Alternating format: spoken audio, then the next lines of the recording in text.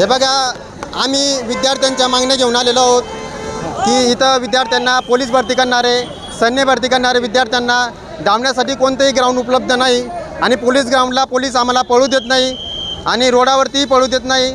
तर गिरीश भाऊ महाजनांकडे आमची एकच मागणी आहे की आजच्या आज आम्हाला पोलीस ग्राउंड ओपन करून द्या। छत्रपती शिवाजी महाराज क्रीडा संकुलन हे पण आजच्या आज आम्हाला ओपन करून द्या।